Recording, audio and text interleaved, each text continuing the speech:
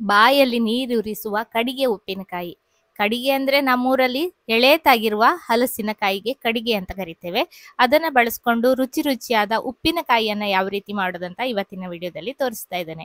ನಮಸ್ಕಾರ, ನಾನು ಪವಿತ್ರ ಭಾಗವತ್. ಮಿಸೆಸ್ ಭಾಗವತ್ ಚಾನಲ್ಗೆ ನಿಮ್ಮೆಲ್ರಿಗೂ ಪ್ರೀತಿಯ ಸ್ವಾಗತ.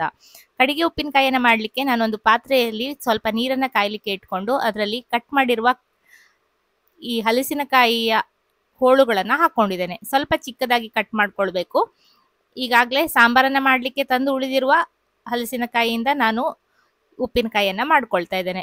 ರುಚಿಗೆ ಬೇಕಾಗುವಷ್ಟು ಉಪ್ಪನ್ನ ಹಾಕೊಂಡು ಸ್ವಲ್ಪ ಅರಿಶಿಣವನ್ನ ಹಾಕಿ ಇದನ್ನ ಬೇಯಲಿಕ್ಕೆ ಬಿಡ್ತೇನೆ. ಕಡಿಗೆಯಲ್ಲಿ ಹುಳಿಯ ಅಂಶ ಇರುವುದಿಲ್ಲ, ಹಾಗಾಗಿ ಏನಾದ್ರೂ ಒಂದು ಹುಳಿಯನ್ನ ನಾವು ಇದಕ್ಕೆ ಸೇರಿಸ್ಕೊಳ್ಬೇಕು. ಸಾಮಾನ್ಯವಾಗಿ ಹಲಸಿನಕಾಯಿ ಸಿಗುವ ಸಮಯದಲ್ಲಿ ನಮಗೆ ಮಾವಿನಕಾಯಿ ಕೂಡ ಸಿಗ್ತದೆ. ಹುಳಿಗೆ ನಾನಿಲ್ಲಿ ಮಾವಿನಕಾಯಿಯನ್ನ ಸೇರಿಸಿ ಉಪ್ಪಿನಕಾಯಿಯನ್ನ ಮಾಡ್ಕೊಳ್ತೇನೆ. ಮಾವಿನಕಾಯಿ ಉಪ್ಪಿನಕಾಯಿಯೂ ಚೆನ್ನಾಗಾಗ್ತದೆ. ಕಡಿಗೆಯ ಜೊತೆಗೆ ಹುಳಿಗೆ ಮಾವಿನಕಾಯಿ ಹಾಕಿದಾಗ ತಿನ್ಲಿಕ್ಕೆ ತುಂಬಾನೇ ಚೆನ್ನಾಗಾಗ್ತದೆ. ಮಾವಿನ ಮರ ಏನೋ ದೊಡ್ಡದಾಗಿದೆ, ಆದರೆ ಕಾಯಿ ಮಾತ್ರ ಸ್ವಲ್ಪ ಬಿಟ್ಟಿದೆ.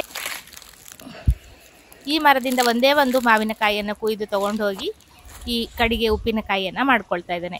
ದಾರಿಯ ಮಧ್ಯದಲ್ಲಿ ಒಂದು ಪೆರಳೆ ಗಿಡ ಕೂಡ ಇದೆ, ಅದರಲ್ಲಿ ಕೂಡ ಒಂದು ಹಣ್ಣಾಗಿತ್ತು, ಅದನ್ನು ಕೂಡ ಕುಯ್ದು ತಗೊಂಡು ಹೋಗ್ತಾ ಇದ್ದೇನೆ. ಮಾವಿನಕಾಯಿಯನ್ನ ಕುಯ್ದು ತಂದು ಅದನ್ನ ತೊಳೆದು ಒರೆಸಿ ನೀರನ್ನೆಲ್ಲ ಒರೆಸ್ಕೊಂಡು ಇದರ ಚೊಟ್ಟಿನ ಭಾಗವನ್ನ ಕಟ್ ಮಾಡಿಕೊಂಡು ಹೊರಗಡೆಯ ಸಿಪ್ಪೆ ಭಾಗ ಇದ್ರದ್ದು ಸ್ವಲ್ಪ ದಪ್ಪವಾಗಿದೆ, ಹಾಗಾಗಿ ಅದನ್ನು ಕೂಡ ನಾನು ತೆಗೆದು ಹಾಕೊಳ್ತಾ ಇದ್ದೇನೆ. ಸಿಪ್ಪೆ ತೆಳ್ಳಗಿದ್ರೆ ಸಿಪ್ಪೆ ಸಮೇತವಾಗಿ ಹಾಕೊಳ್ಬಹುದು. ಸಿಪ್ಪೆ ಇದು ಸ್ವಲ್ಪ ದಪ್ಪವಾಗಿರೋದ್ರಿಂದ ನಾನು ತೆಗೆದು ಹಾಕಿದ್ದೇನೆ.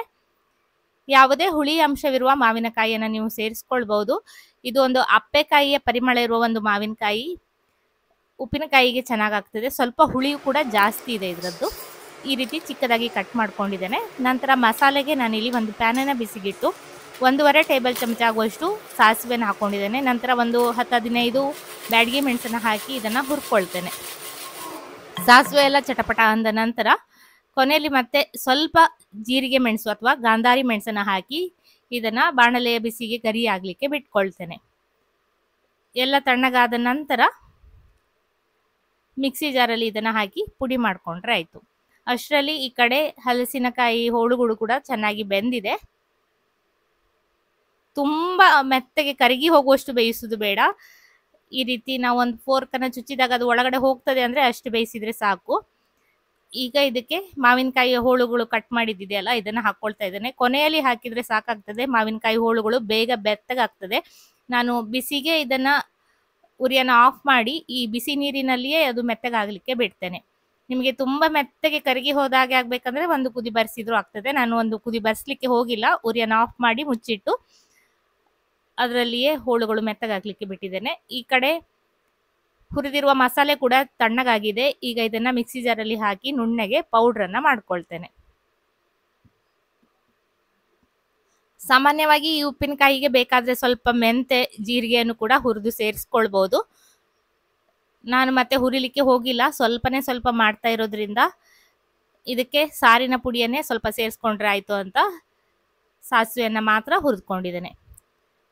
ಇದನ್ನ ಒಮ್ಮೆ ಹುಡಿ ಹಾಕಿ ಮಿಕ್ಸ್ ಮಾಡಿ ನೋಡ್ಕೊಂಡು ಬೇಕಂತ ಅನ್ಸಿದ್ರೆ ಖಾರದ ಪುಡಿಯನ್ನು ಅಥವಾ ಸಾರಿನ ಪುಡಿಯನ್ನು ಸ್ವಲ್ಪ ಸೇರಿಸ್ಕೊಂಡ್ರೆ ಆಯ್ತು ಅಂತ ಚೆನ್ನಾಗಿ ಮಿಕ್ಸ್ ಮಾಡ್ಕೊಳ್ತಾ ಇದ್ದೇನೆ. ನೋಡ್ಕೊಂಡು ಹಾಕೊಂಡ್ರೆ ಆಯ್ತು.